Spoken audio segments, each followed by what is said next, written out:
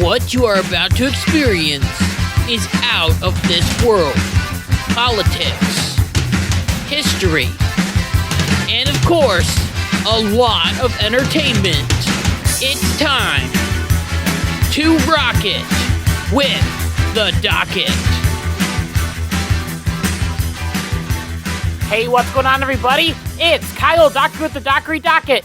We are here with our very 141st episode of the Dockery Docket. I'm excited to be here, and I hope that you are excited to be here as well. And if you are excited to be here as well, make sure to go down below, hit the like button, hit the subscribe button, so then you never miss one of my videos. So, I believe that the media has a big responsibility to give people the information that they need in a manner that is accurate and helpful to all people. However, as we all have seen throughout the last couple of years, the media is known for trying to manipulate different people into believing things that may or may not be true, or claiming that someone or something is bad, even though that person or thing isn't bad. The media tries to create different narratives to make sure that their stories fit perfectly. We all remember this with the whole COVID-19 garbage. At first, it wasn't really a big deal. It was over in China, and there was no way that it wouldn't hurt us, and we don't need to wear a stupid mask. That's silly. We all remember Dr. Anthony Fauci saying that masks can cause more harm than good. And then all of a sudden, out of nowhere, Fauci is demanding everyone wear a mask. You must wear a mask. Then, of course, we were all locked down. Then when the vaccine came out, the media claimed that if you got the vaccine, you could go outside and you didn't even have to wear a mask. Then all of a sudden, cases were rising in people that got the vaccine, so that was reversed. Just thinking back to that whole time period, it was full of the media changing their ideology to fit the narrative. 1 minute, COVID is over. Oh wait, no, it's back. Another minute, the rioters that were protesting were safer on the streets than you were at church because the rioters were rioting for the right thing. It was a time of confusion, and it makes me not want to trust the media anymore. Now, you're probably wondering, Kyle, why on earth are you talking about COVID? That was years ago. We don't need to worry about that anymore. It's all over. Well, there are two reasons. The first is that as of right now, there is a new form of virus that is in China that is spreading to children, which is causing pneumonia-like symptoms. This is happening in northern China, and China is claiming that there is nothing to worry about. This is just a seasonal thing, and it is because of the recent lockdown restrictions that were just released. This does make some sense because China locked down very aggressively. This made it so when people got out of quarantine, their bodies weren't used to different germs, and then it causes different germs to attack them differently than a person who may have been exposed to those germs. However, I can't get over the comparison from this outbreak of this disease and COVID-19. Think back. COVID started around November and the world was aware of it by late December. Guess what month we are in right now? December. This virus, just like COVID, came from China. With COVID, China claimed that the virus was no big deal and that it was taken care of. This is what they are doing right now with this virus. Don't worry, China has seen different diseases like this before, and they can just kill it with antibiotics, and honestly, I hope that's the case. But I don't trust China or the WHO at all. They have lied to us before, and they will do it again. But why? Why would China lie to us again? Well, this is where you need to get your tinfoil hats on because we are diving into conspiracy theory territory, which I don't like to do, but I just want you to chew on this idea because there are too many similarities with this virus and COVID that it just seems that we're living in a deja vu type of situation. COVID happened in 2019 into 2020 and basically consumed all of 2020. It was a political moment, and the media blasted Trump for not magically getting rid of COVID. What if, now this is a big what if, they are trying to do the exact same thing again? Think about it. The media could take this two ways. They could claim that Joe Biden stepped in and blocked China from traveling to the United States, and he was the hero of the republic, and the virus stayed over in China and they were able to cure it, which would probably get his approval rating from the core of the earth maybe up to the mantle. Or another way that the media can manipulate it is by claiming that, once again, it is too dangerous to vote in the 2024 election, so we need to make sure that everyone gets a mail-in ballot, just like in 2020. Mail-in ballots highly favored Joe Biden, and you know that the media, along with the establishment, will do anything to make sure that Donald Trump loses this next election. And I believe that we can already feel this COVID hysteria coming along, as 5 senators, Republican senators, are calling for a ban on people from China from coming to the United States because they don't want another COVID situation. People in China are starting to wear masks again. Heck, I have seen an increase in masks at the grocery stores that I work at, and it makes me wonder, are people actually thinking that COVID is coming back? Are the media trying to manipulate these people into being scared again? And along with that, this virus or something like it is in America right now, as Ohio was the first state to see an uptick in childhood pneumonia.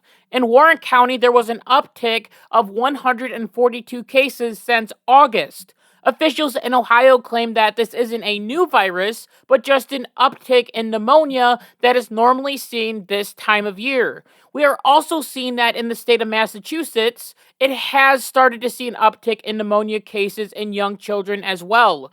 Those doctors are claiming once again that this virus isn't new, and it may just be RSV or the flu, as it is that season for both of those illnesses.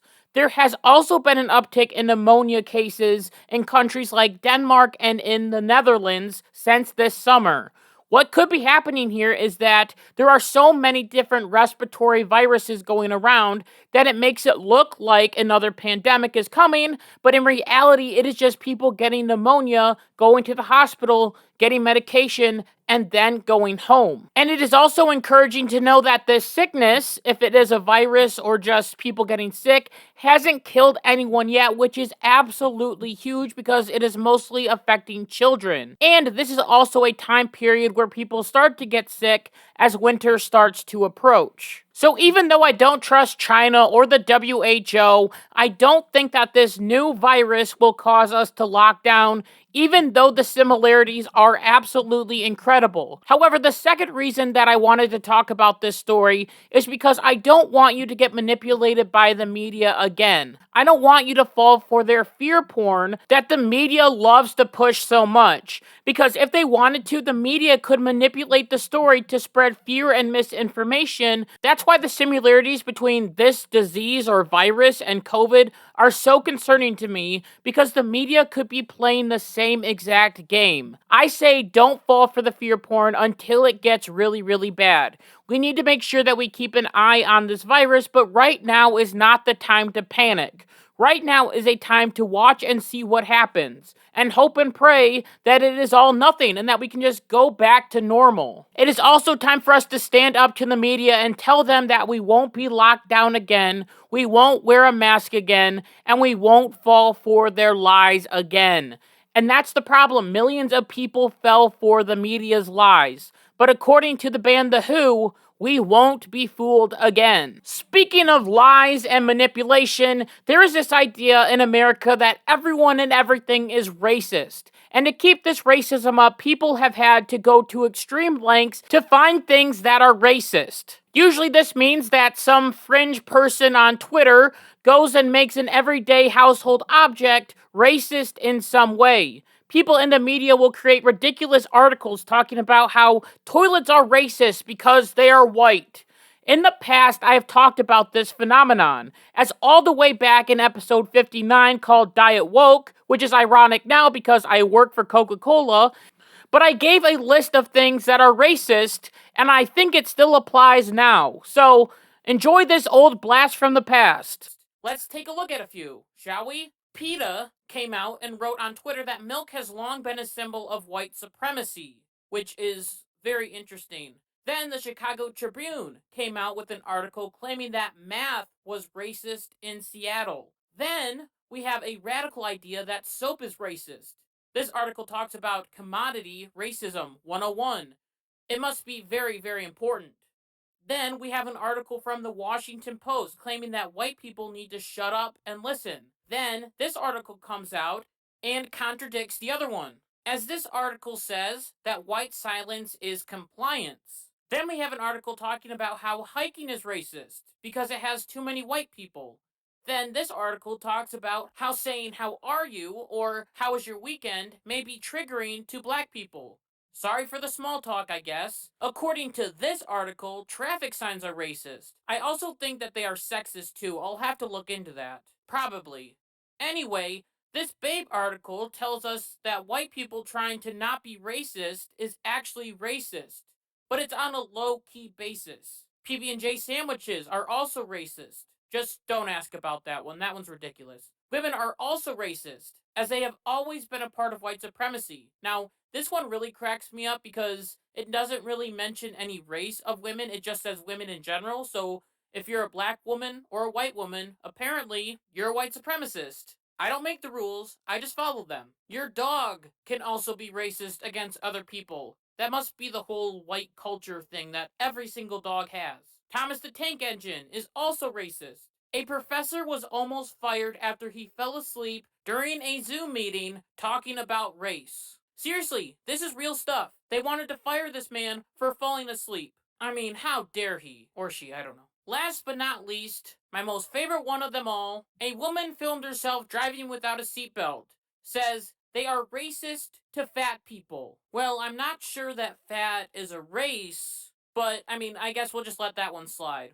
Now, that list is still real to this day. All of those articles are still up on the internet. Could you imagine thinking that every little thing in the world is racist? I feel like that would just be a terrible way to live, and it would also overshadow things that are actually racist and need to be addressed. Well, this whole idea of everything being racist has come to the NFL once again, as we have had the whole Colin Kaepernick situation where he claimed that the NFL was like slavery, but is still begging to get back in. However, this story isn't about him, as I would like to proudly introduce you to a man named Karen Phillips, who in my opinion is a race baiter and a person that wants to find racism so bad so then he can push a specific narrative, as he has many articles from Deadspin talking about how terrible and racist the NFL is. Let's read a few. NFL owners are delaying coaches' interviews, still won't hire black coaches. And the description reads, in-person interviews will be pushed back until after the divisional round of the playoffs so that white owners can keep hiring sorry white coaches. This other one says, we know why Simone Biles doesn't get the same attention as Taylor Swift at NFL games. The description then reads, one is the greatest gymnast of all time, while the other isn't the greatest pop star of all time. She's just America's white sweetheart. And there are other articles that this Karen guy has written that are claiming that the NFL or baseball or tennis or any other sport out there is terrible and racist, which is annoying and has also gotten him into some fire. As this article written by Karen Phillips came out claiming that the NFL needs to speak out against the Kansas City Chiefs fan in blackface Native American headdress. Now, this story is huge. There was a kid in blackface at a football game?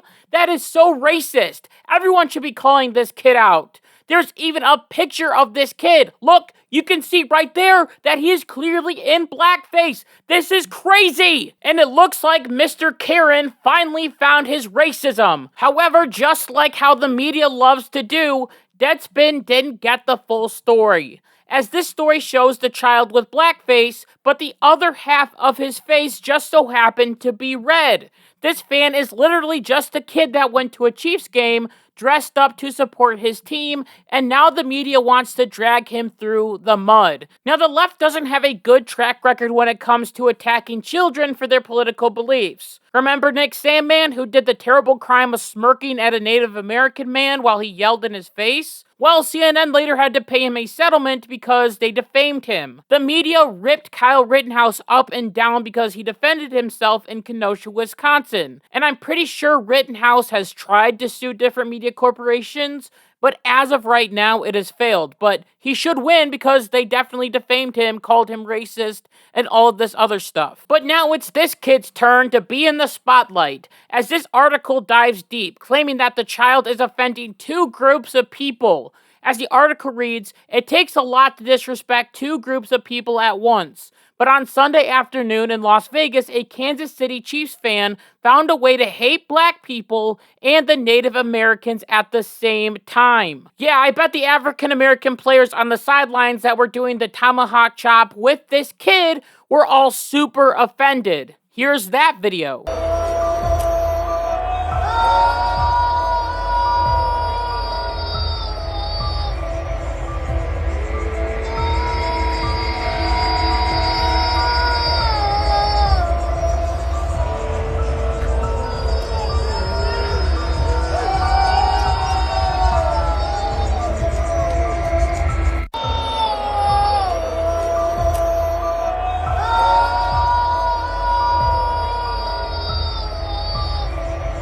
Then this Karen guy started to attack this kid's parents. As the article says, the image of a Chiefs fan in blackface wearing a native headdress during a road game leads to many unanswered questions. Why did the camera person give this fan the attention? Why did the producer allow that camera angle to be aired at all? Is that fan a kid or a young adult? Despite their age, who taught that person that what they were wearing was appropriate? Then he calls for the Chiefs' name to be removed from the NFL because it is just like the Washington Redskins, who the Native Americans there are suing because the name meant something to them. And this is the whole thing with the whole renaming of teams controversy. The reason why people name sports teams is to show respect for a certain person or idea. The Minnesota Vikings, for example, have a white mascot and aren't accused of being racist because if you look at Vikings in the past, you know that they were known for raping and pillaging land. They are called the Vikings because they see the good in a Viking. A Viking is supposed to be someone that is tough, someone that is strong, and will stop at nothing to defeat their enemy. I believe that this is why the Chiefs are called the Chiefs as well. They are representing the Native American culture. They aren't saying, oh, let's make fun of these Chiefs. Instead, Chiefs were strong warriors who fought hard for their land. And the Redskins were named that because they wanted to honor the Native Americans in their community, along with their coach and 4 other players that just so happened to be Native American. These different football names or baseball names were not meant to be controversial. On the contrary, they were all meant to represent these different people that may not get the representation that they earn or deserve. Along with that, this Karen guy also assumed this child's race, as it was assumed that this kid was white, wearing blackface, and a Chiefs headdress. However, in an angry tweet from the child's mother named Shannon Armenta, she claimed this has nothing to do with the NFL. Also, CBS showed him multiple times, and this is the photo people chose to create division. He is Native American. Just stop already, Deadspin. Then she posted the picture of her son in blackface, or what people were using to say that he was in blackface. Wait, is this true? Is this kid actually Native American? Yes, as this kid's grandfather, named Raul Armenta, sits on the board of the Chumash tribe in Santa Ynez, California. Raul is listed as a business committee member who was first elected to the board in 2016 according to the tribe's website. He looks forward to continuing the legacy of building a solid economic foundation for future generations of the Chumash tribe. All this goes to show that this Karen Phillips guy is a race baiter and an absolute idiot. It is annoying that the media can get away with crap like this, claiming that something is racist when it is clearly a young fan trying to support his team. I believe that it is time for this Karen Phillips person to get on social media and apologize to this kid and everyone else, because he manipulated people into thinking that the NFL was somehow racist. This is why on X, any post that Karen Phillips posts, I put this picture up. It is Karen Phillips looking like a Karen, and I'm demanding him to apologize for his actions. So far, he hasn't responded, which stinks, but he needs to learn that race baiting is wrong and only causes more division. Because this Karen guy doesn't talk about racism in sports all the time, he also peddles race in the city where I used to go to school and where I literally live 5 minutes from. I mean, when I heard this tweet, I was absolutely shocked, as he wrote, "I'm from Saginaw, spent a lot of time in Flint. I've never seen so many white people in Flint in my life. It's concerning. Simple question, why? Why is this so concerning to you? If I were to say, which I would never say this, but I'm just giving an example, wow, there are a lot of black people in Flint. That's concerning. I would probably be arrested for hate speech and causing violence. The city of Flint is extremely diverse and has people of every race and culture. And guess what? Everyone gets along. This idea that these media people can try to divide us by claiming that too much of one race is concerning is terrible, and it just leads to more racism. It makes people say, wow, that white woman is dangerous, I better not talk to her, or oh, that black man is dangerous, I don't want to talk to him. Why can't we all just live in a world where we can respect each other no matter what our race is? Why can't we look at a guy like Karen Phillips and say that he is a race baiter and a terrible person for trying to divide us? The media tries to divide us all the time. As I've already talked about, they will take situations that aren't racist and spin them and make them look racist. And I believe it is time to turn the media off, make your own decisions on different things, and maybe then we can finally be united. And with that, I just want to thank you so much for listening to this episode of the Dockery Docket. And until next time, like my mom always says, be good, be kind, be loving, goodbye.